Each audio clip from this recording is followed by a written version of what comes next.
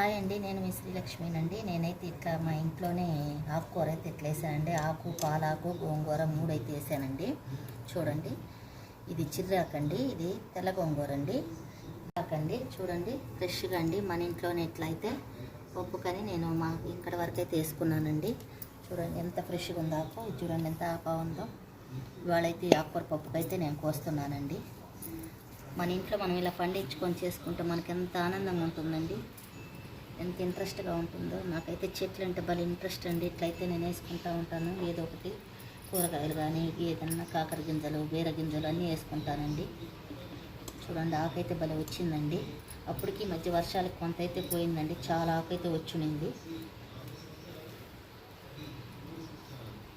ఇప్పుడైతే దీన్ని పప్పు చేస్తున్నానండి.